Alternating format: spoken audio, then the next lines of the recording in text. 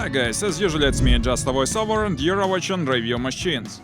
Today we have a special review, cause we'll see not just another new model of some ATV, no. There is every reason to say that today we are going to review all new kind of off-roading machines. Meet the ATV Burrak M2 Grizzly. This thing is something between a mini-tracked ATV and maxi motorsled. The idea of the project was to make the simplest, cheapest, all-seasonal machine with monstrous off-roading capabilities. Did they manage to do that? We'll find out right now, so let's look closer at the machine. Well, this machine in fact has two parts, front one and rear.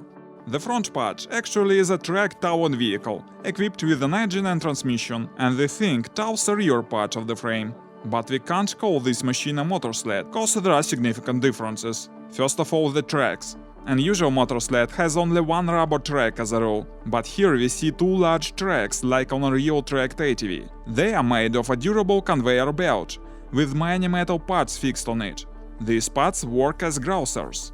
It's a well-known decision for hammerweight ATVs that is extremely efficient on off-roading. Besides these metal details, keep tightly the track on the wheels, so it never comes off. The engine compartment is covered with a durable cloth to protect it from snow and rain. Besides, there is an access to the fuel cap. To get the full access to the compartment, you need to unscrew a couple of bolts and open the entire hood. As a result, we have an access to all main parts of the machine. The engine is 20 HP Lifan, working together with CVT transmission and with a mechanical gearbox that provides a reverse mode. The drive goes from the engine to the CVT, then to the gearbox, and then through the chain reducer to the main axle. But you may ask, how the steering works? A good question. To answer it, let's look at the rear part of the machine. In fact, we can't call it a trailer, cause it has one frame with the front part, but with articulation between them. Besides, there is a rear seat, that is a seldom feature on trailers.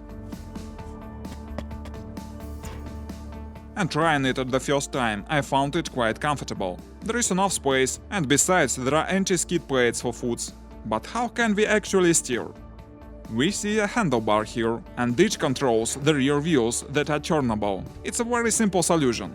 There are just few rods and a spring that keeps the handlebar in a neutral position when you release it.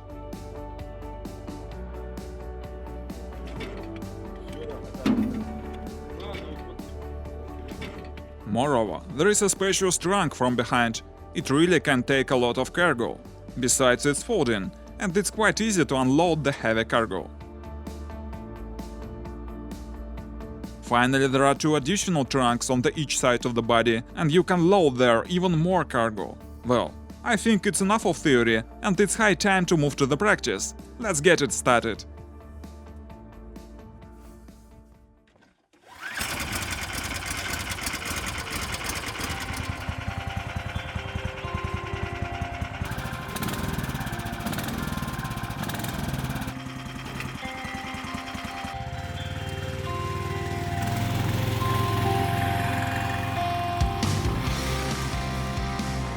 And traditionally my very first impressions. And first of all, few words about the driver's seat. To my surprise, it's really comfortable. You sit high, the view is perfect, but most of all, I like the steering. If you have seen how motorsleds work, you may know that you have to manually turn them if you want to maneuver, and that may be even physically hard. And it's much simpler with this solution. You just turn the handlebar, that's all. On the other hand, it's quite an unusual way of steering, and it may take some time to get the hang of it. As to the turning radius, we can see that it's quite large. But fortunately, we have here a gearbox with reverse that greatly helps you to maneuver.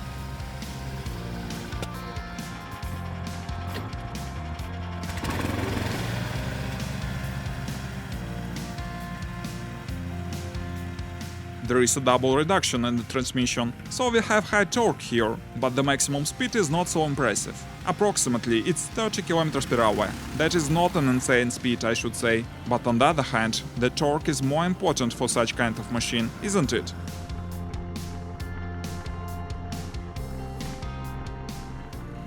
Then it's interesting to test the thing on a rut. It's hard to see it under snow, but actually there is a rut here. The matter is, it's quite a hard task for an ordinary motor sled to go on a rut. It's very difficult to handle it in such conditions. But in our case we have two wide tracks and the steering wheels. And I should say, it's much simpler to handle this machine on a rut than on a usual motor sled. And again I should thank the author of the machine for the reverse, cause otherwise it would be a real hard task to turn around, for example, in a forest and maneuver between the trees.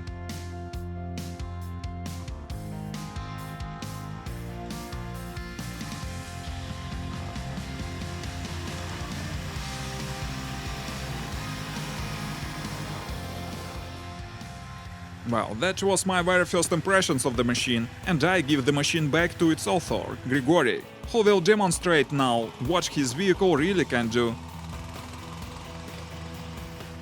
One of the crucial ideas of the project was to make it highly versatile. Hunting, fishing, household use, having on board a large trunk means that this vehicle is a real working horse. It can help you to do numerous tasks, for example, to move heavy objects. And due to the reduction and high torque, it's really capable for such a task. Besides, we remember metal grousers on the tracks, so it's able to tow a log even on a nice road.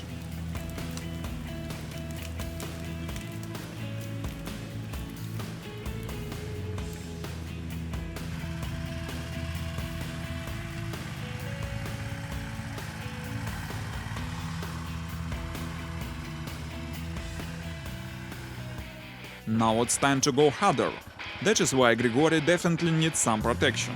We are going to cut our way right through the thick forest bushes. Let's go.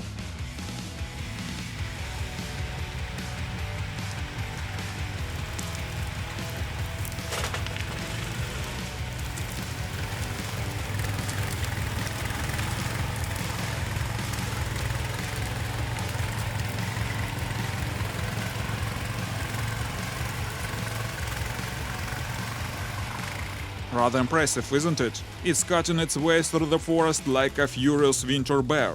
Such performance for the most part is the result of the high torque and effective tracks with metal grousers. I think any rubber tracks can't provide such a traction, no matter how they are wide. That is why such a solution is extremely popular with numerous handymen who build hammer-made tracked ATVs throughout the world. Besides, we see that such tracks never come off. That is also a great advantage for hard off-roading. By the way, the tension of the tracks is adjusted very simply, by the tire's pressure.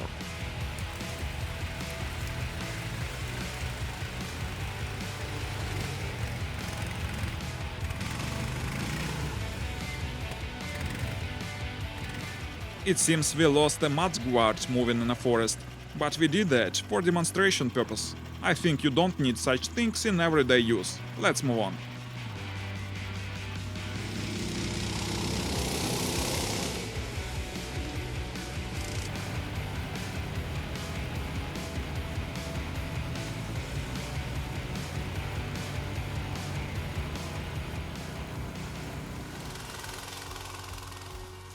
Here we have a place with quite rough ground, with a lot of ditches, holes and other obstacles. Let's see how our vehicle can move here.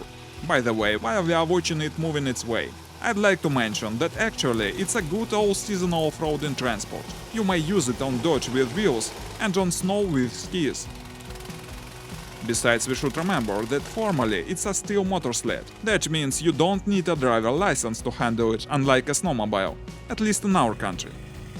But certainly there are some drawbacks. Firstly, unlike a motor sled, it's quite a big vehicle, and it is impossible to transport it in a trunk of a car, so the trailer is a must. Then there is no any suspension, so it's quite shaky to move here on rough ground.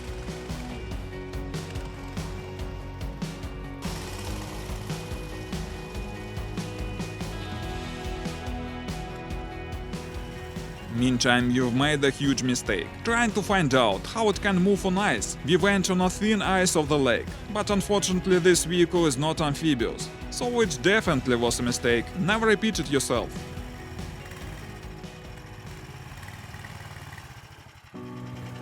The result you can see on your screens now. We made sure that it can't float, and got an exciting task to get it back from an ice hole.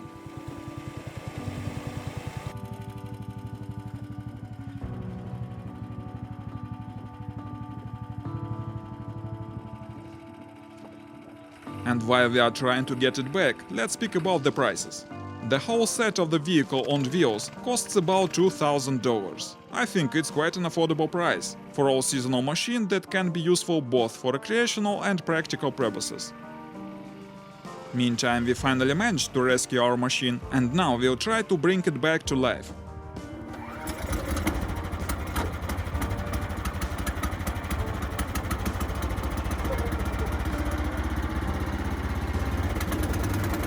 Well, it works.